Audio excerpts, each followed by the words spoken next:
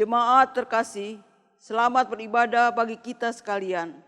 Bersyukur hari ini kita masih diberi kesempatan untuk menikmati persekutuan bersama Kristus melalui ibadah keluarga saat ini.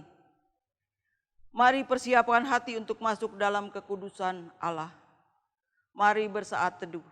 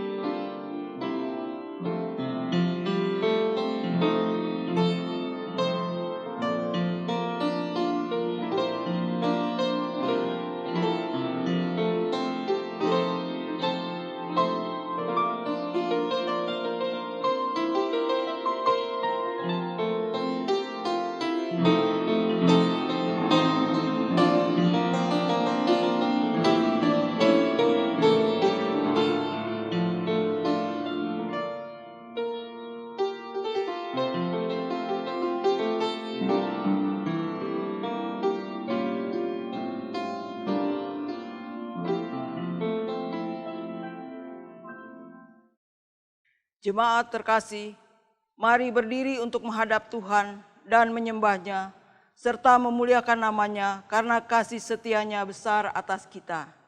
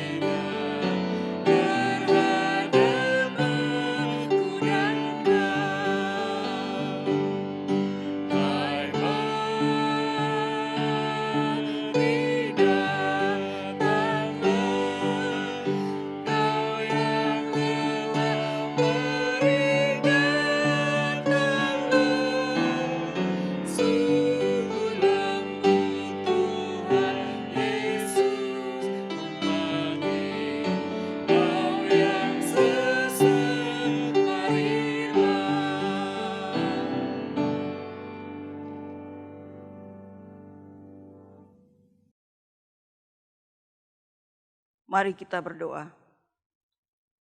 Bapa yang bertahta di dalam kerajaan surga yang kudus, kami boleh mengucap syukur Tuhan Yesus, karena pada sore hari ini kami boleh datang beribadah, memuji, memuliakan nama Tuhan, terutama mendengarkan akan sabda Tuhan. Oleh karena itu Tuhan berkati ibadah ini dari awal, pertengahan hingga akhirnya. Demi nama anak-Mu Yesus Kristus kami berdoa dan mengucap syukur. Amin.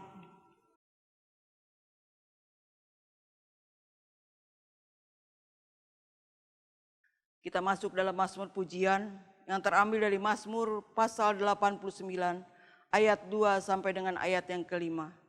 Mazmur pasal 89 ayat 2 sampai dengan ayat yang kelima. Aku hendak menyanyikan kasih setia Tuhan selama-lamanya. Hendak memperkenalkan kesetiaan-Mu dengan mulutku turun-temurun. Sebab kasih setiamu dibangun untuk selama-lamanya. Kesetiaan-Mu tegak seperti langit. Engkau telah berkata, telah kuikat perjanjian dengan orang pilihanku. Aku telah bersumpah kepada Daud, hambaku. Untuk selama-lamanya aku hendak menegakkan anak cucumu dan membangun tahtamu turun-temurun.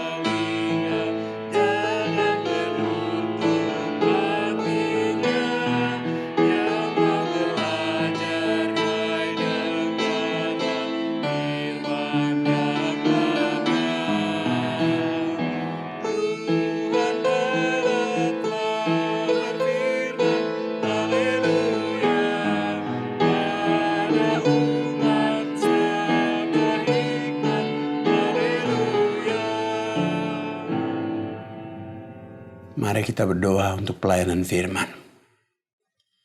Bapa, di tengah-tengah kesibukan kami yang sangat padat, Engkau menghadirkan kebenaran firman-Mu. Berikanlah kepada kami ketenangan, berikanlah kepada kami Roh Kudus, agar kami berdiam diri di bawah terang firman-Mu.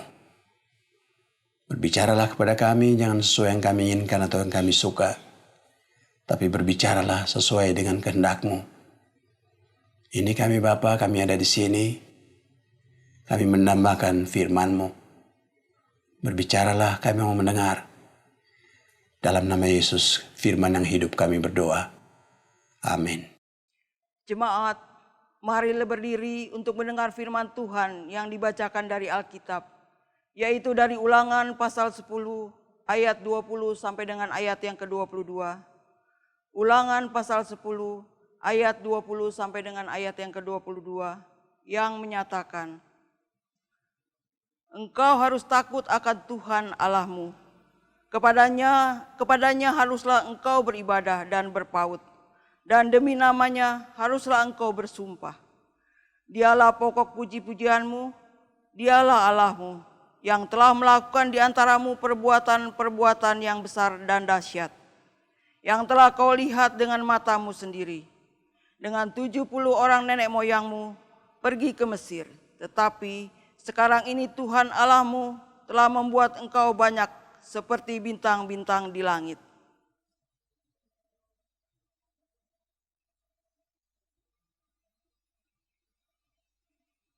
Demikianlah pembacaan Alkitab, terpujilah Kristus, haleluya.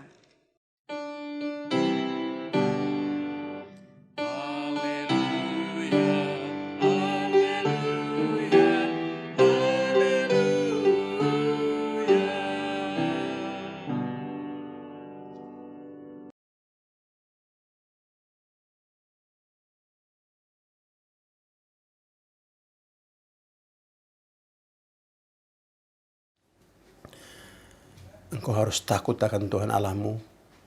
Kepadanya haruslah engkau beribadah dan berpaut. Dan demi namanya haruslah engkau bersumpah.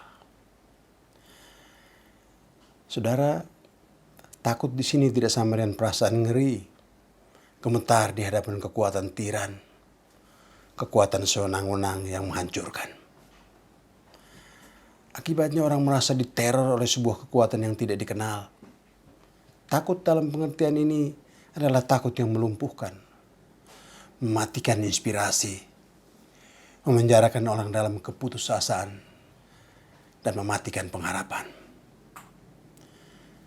Seorang sopir bus tidak seperti biasanya menjalankan bus dengan sopan. Mengapa? Ternyata di sana ada polisi. Tetapi ketika ia luput dari perhatian Pak Polisi, ia mulai ngebut ugal-ugalan. Seruduk sana, seruduk sini, nyawa manusia dipertaruhkan dan siap dikorbankan di jalan raya. Sopan karena takut. Dan kesopanan seperti ini tidak ada nilainya. Kalau Amsal mengatakan takut akan Tuhan adalah permulaan hikmat, maka takut yang seperti ini tidak ada hubungannya dengan hikmat. Tapi malahan lebih baik kita katakan lebih dekat dengan bebal. Takut yang benar ialah ketika sopir itu menghargai sesama manusia sebagai ciptaan Tuhan. Bukan takut ketika dilihat polisi, demikian juga kita. Jangan sampai kita berbuat baik karena takut dihukum Tuhan. Bukan berbuat baik karena menghormati dan mengasihi Tuhan.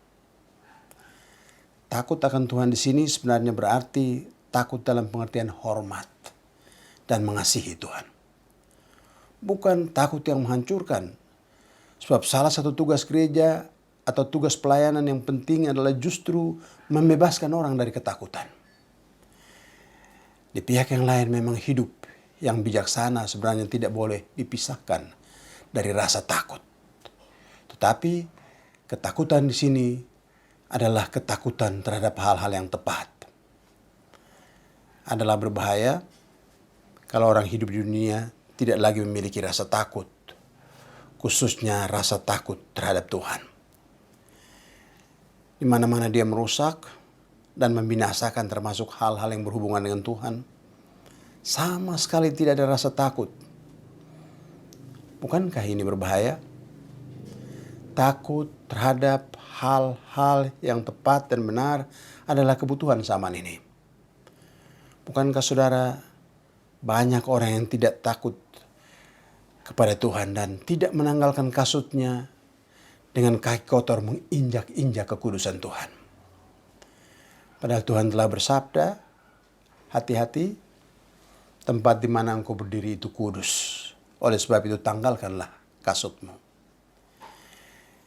Kenyataan berbicara kepada kita semua, kalau kita tidak lagi memiliki rasa takut, maka kita akan menginjak-injak tempat Tuhan yang kudus dengan kaki kotor. Dengan lidah yang tajam. Dengan tingkah laku dan perbuatan yang memalukan. Dengan tulisan-tulisan yang menohok dan menusuk nurani di media sosial dan seterusnya. Padahal Tuhan bersabda, hati-hati. Tempat di mana engkau berdiri adalah tempat kudus. Oleh sebab itu, tanggalkanlah kasutmu. Kenyataan berbicara kalau kita tidak lagi memiliki rasa takut dan hormat terhadap Tuhan, maka kekudusan Tuhan diusik di segala bidang kehidupan. Jangan terlalu berani mempermainkan Tuhan. Kata orang, semakin pandai, semakin terpelajar manusia, ia semakin kehilangan rasa takut. Sebab yang tadinya ia tidak mengerti, sekarang dari hasil penelitian dan seterusnya, dia mulai mengerti. Dan karena sudah mengerti, maka tidak perlu lagi ditakuti. Manusia di zaman modern ini tidak takut dengan segala sesuatu yang ditakuti oleh leluhurnya, yang mendahului dia berabad-abad lalu. Manusia modern tidak lagi takut kepada pohon-pohon dan batu-batu besar yang katanya mempunyai kekuatan gaib. Malahan di zaman modern ini manusia menghancurkan batu-batu dan pohon-pohon besar. Manusia menghancurkan alam ciptaan Tuhan untuk kepentingan manusia sehingga lingkungan menjadi rusak. Kalau tidak cepat ditolong, sebentar lagi Kalimantan menjadi gurun Sahara, Papua menjadi padang pasir.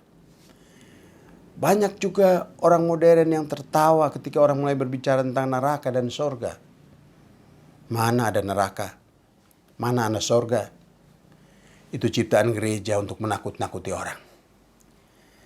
Sebaliknya ada yang berpendapat tidak perlu kalau dikatakan manusia modern sudah tidak takut apa-apa lagi. Justru terbalik.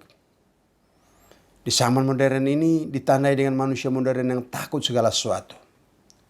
Walaupun ketakutan mereka lain dari ketakutan terhadap alam dan semua kekuatan-kekuatan gaib seperti leluhur mereka. Sekarang orang modern takut terhadap bakteri, takut terhadap virus corona yang sewaktu-waktu membawa kematian. Takut kalau kehilangan pekerjaan, kena PHK. Takut perjalanan kandas tengah jalan dan tidak sampai ke wali kota, ke kantor bupati, kantor gubernur, atau tidak sampai ke Senayan. Itu rame-ramenya sedang orang ributkan belakangan ini ketika orang berbicara tentang pemilu kada. Takut menjadi tua dan memasuki masa pensiun dan hidup hanya bergantung kepada orang lain. Manusia modern takut kepada AIDS, kanker, hepatitis, dan seterusnya. Takut dengan masa depan perkawinan. Manusia modern takut dengan masa depan anak-anak, takut perang, takut gagal, takut mati, dan seterusnya. Seluruh kehidupan manusia adalah ketakutan. Lalu orang itu berpendapat, kalau segala sesuatu sudah ditakuti, maka parahnya gereja datang lagi meneror umat manusia dengan ancaman neraka, air saman, hukuman Tuhan. Diancam lagi dengan takut akan Tuhan dan seterusnya. Sudah terlalu banyak yang ditakuti. Oleh sebab itu gereja jangan tambah lagi dengan ketakutan-ketakutan baru. Daftar ketakutan manusia sudah sangat panjang. Mengapa harus ditambah lagi dengan ketakutan-ketakutan baru? Takut kepada Tuhan. Mungkin kita setuju dengan pandangan itu. Dan kalau setuju, apakah kita semua akan menghapuskan ayat ini? Engkau harus takut akan Tuhan Allahmu.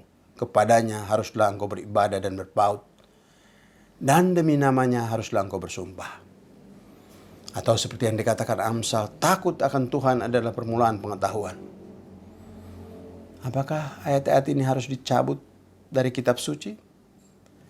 Tidak, saudara. Ayat-ayat ini tidak menambahkan ketakutan terhadap daftar ketakutan yang sudah sangat panjang yang manusia miliki. Tetapi ia mau mengatakan, semakin takut terhadap Tuhan, ketakutan kita terhadap hal-hal yang lain semakin berkurang dan semakin hilang. Orang yang bijaksana dalam kehidupannya adalah orang yang takut kepada Tuhan. Oleh sebab itu mau, tidak bisa tidak, kita semua sebagai orang Kristen harus takut kepada Tuhan. Seperti diuraikan di atas, ada banyak hal yang kita takuti. Kekuatan alam, penyakit, masa depan, dan seterusnya. Sebagai anak-anak Tuhan, sebagai orang-orang yang bijaksana dalam Tuhan, kita harus tahu apa saja yang harus ditakuti dan apa saja yang tidak perlu ditakuti. Seringkali kita takut terhadap kekuatan yang tidak perlu ditakuti. Sebaliknya, kita tidak takut sama sekali terhadap hal-hal yang harus kita takuti. Itu sebabnya hari ini saya ingin kita merenungkan sedikit lebih dalam. Kira-kira apakah yang dimaksudkan teks ini dengan takut akan Tuhan. Takut terhadap Tuhan bukan seperti seorang yang sangat membutuhkan, berlutut dan tunduk di depan sebuah kekuatan besar dan agung. Seorang yang gemetar ketakutan karena diperhadapkan dengan kekuatan dahsyat. Tetapi sebenarnya selain kuasa ada juga cinta kasih yang sangat dalam. Takut kepada Tuhan tidak sama dengan anak kecil yang gemetar ketakutan melihat monster. Tetapi takut kepada Tuhan adalah ibarat ketakutan atau keseganan. Rasa hormat seorang anak terhadap ayahnya yang sangat dekat dan mencintai dia. Lebih dari itu, ketakutan terhadap Tuhan berarti kita sadar bahwa sebenarnya kita bukanlah pencipta alam semesta ini. Kita hanyalah ciptaan belaka dari Yang Maha Kuasa.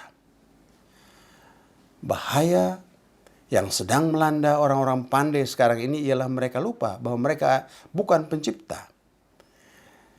Kata mereka, mintalah kepada Allah, kamu tidak akan dapat apa-apa.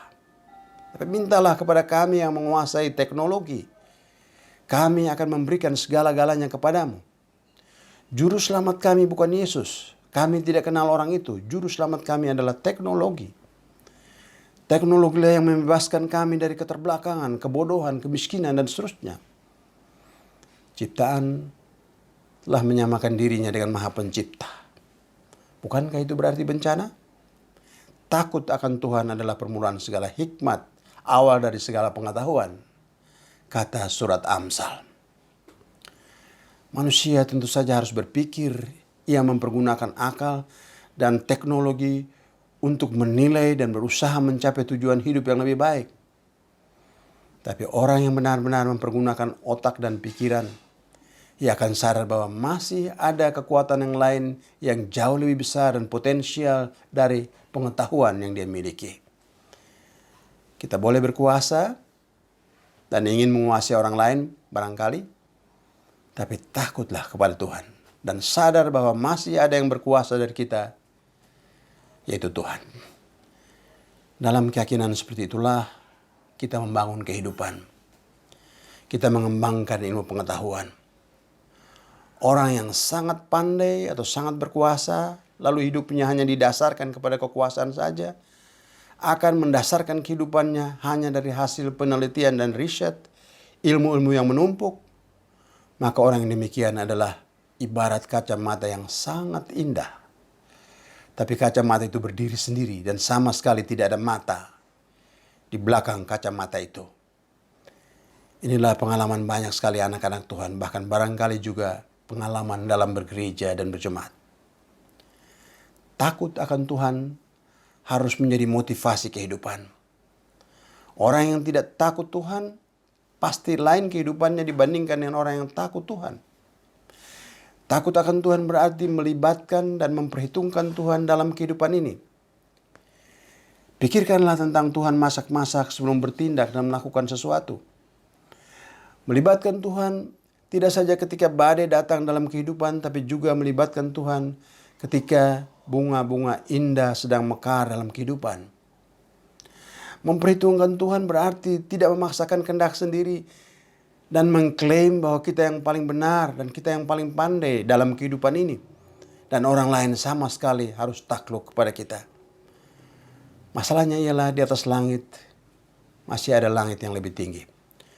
Oleh sebab itu semua kehendak dan keinginan, semua pengetahuan kita harus dengan segala kerendahan hati ditaruh di bawah hikmat Tuhan. Dan tidak bisa dimutlakan. Tidak bisa dipaksakan kepada orang lain. Demikian juga takut kepada Tuhan berarti harus kritis. Apa yang dikatakan orang lain tidak sama dengan Tuhan. Apa yang diinginkan orang lain belum tentu keinginan Tuhan. Oleh sebab itu kita harus menempatkan apa yang kita dengar, apa yang dipaksakan kepada kita, apa yang diharuskan supaya kita taat, kita harus tempatkan semuanya itu di bawah hikmat Tuhan. Dengarlah dengan kritis. Terimalah dengan kritis. Dengan mencari referensi hanya kepada kehendak Tuhan. Karena kita takut akan Tuhan. Jangan sampai ada sebuah kekuatan lain yang merebut dan merampas kedudukan Tuhan sehingga kita lebih takut terhadap kekuatan-kekuatan itu ketimbang Tuhan. Amin. Jemaat terkasih, kita akan merespon firman Tuhan sekaligus memberikan persembahan syukur.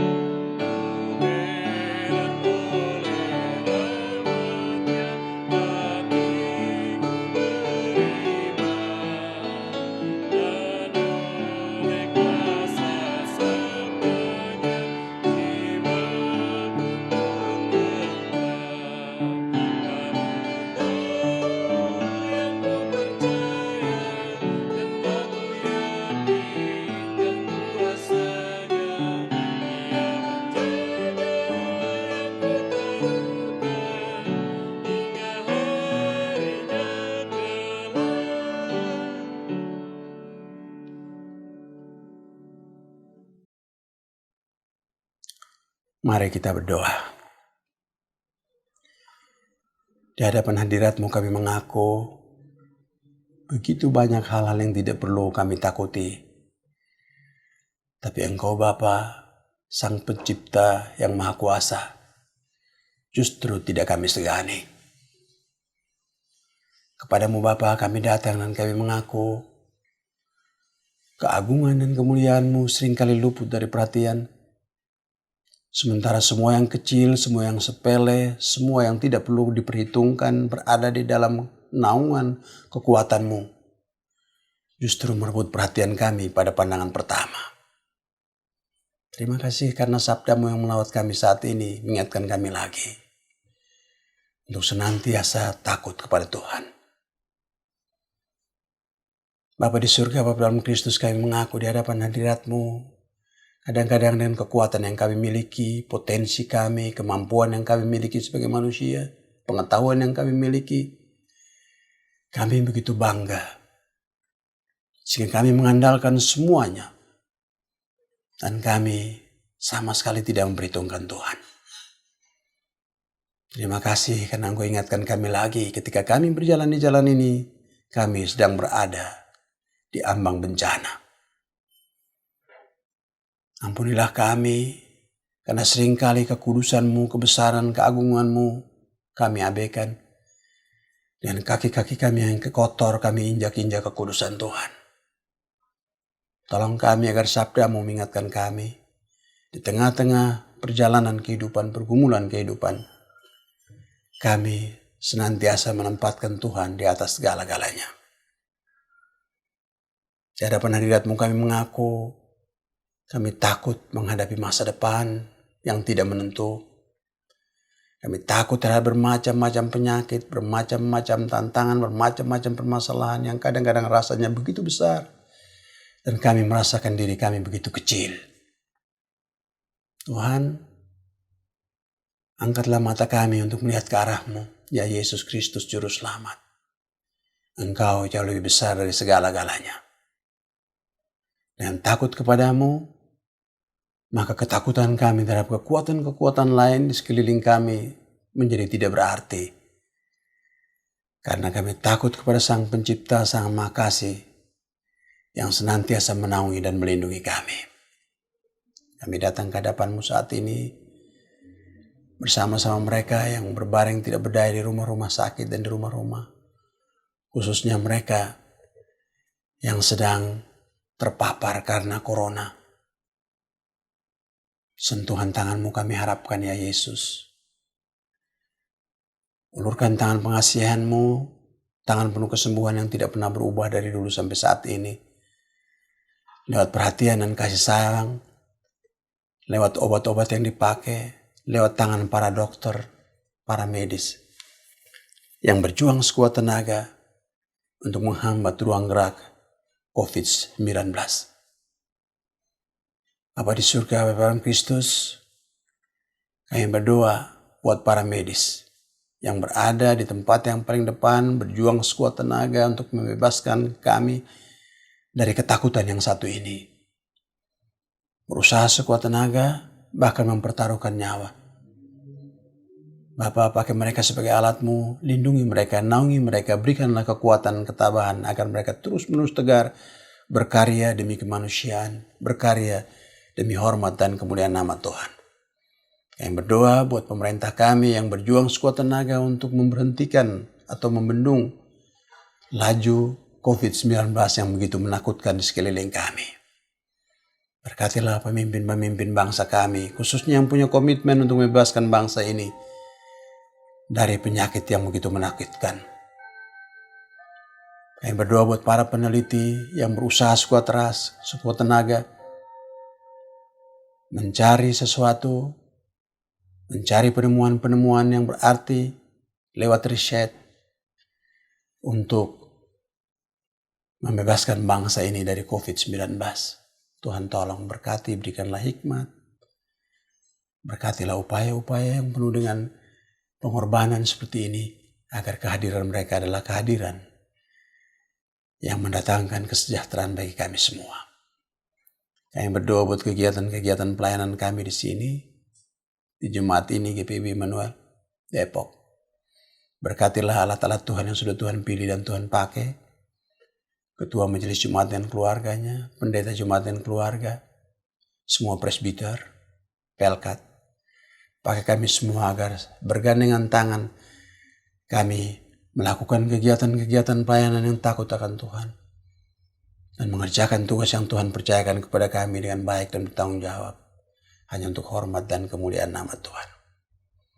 Kami berdoa buat mereka yang terlupakan. Mereka yang tersisihkan. Mereka yang tercecer. Mereka yang dijadikan tumbal. Mereka yang berada pada tepi yang paling pinggir dari dunia ini dan diabaikan. Bapa di surga, Bapa dalam Kristus, pakai kami semua sebagai alat-Mu menjadi perpanjangan tangan Tuhan untuk menyentuh yang tidak tersentuh, menguatkan yang lemah, menghibur yang sedih, memberikan pengharapan kepada yang terperangkap dalam keputusasaan, menuntun dan membimbing ke jalan yang benar ketika mereka hilang arah dan hilang tujuan. Bapa di surga, Bapa dalam Kristus, semua kegiatan-kegiatan pelayanan kami sebagai jemaat kami serahkan ke dalam tangan-Mu. Tuhan, tolong kami. Di hadapan hadirat-Mu kami mengaku kami penuh dengan dosa, ampuni kami, kuduskanlah kami, sucikan kami. Tolong kami di hari-hari ini ketika ketakutan yang sangat menghantui kami ada di sekeliling kami, merongrong kehidupan kami. Tolong kami agar kami sadar bahwa kami harus lebih takut kepada Tuhan. Terima kami karena Kristus Tuhan dan Juru Selamat yang sudah mengajar kami berdoa. Bapa kami yang di sorga, dikuduskanlah nama-Mu, datanglah kerajaan-Mu, jadilah kehendak-Mu di bumi seperti di sorga. Berikanlah kami pada hari ini makanan kami yang secukupnya, dan ampunilah kami akan kesalahan kami, seperti kami juga mengampuni orang yang bersalah kepada kami. Dan janganlah membawa kami ke dalam pencobaan, tetapi lepaskanlah kami dari yang jahat.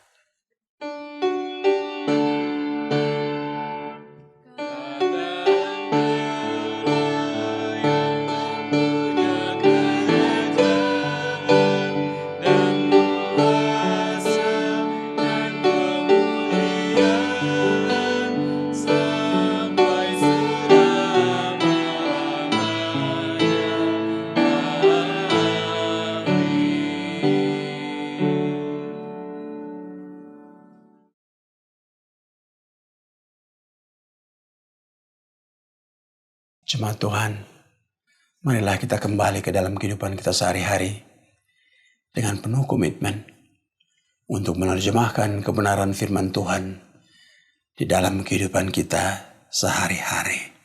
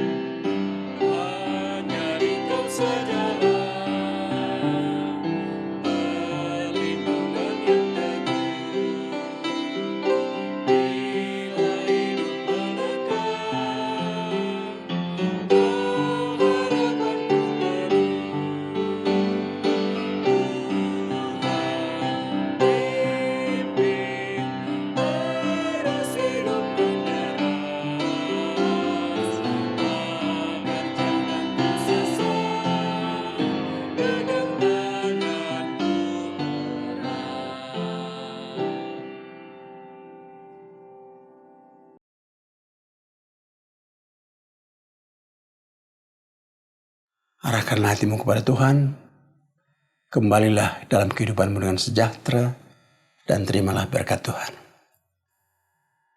Tuhan memberkati engkau dan melindungi engkau. Tuhan menyinari engkau dengan wajahnya dan memberi engkau kasih karunia. Tuhan menghadapkan wajahnya kepadamu dan memberi engkau damai sejahtera.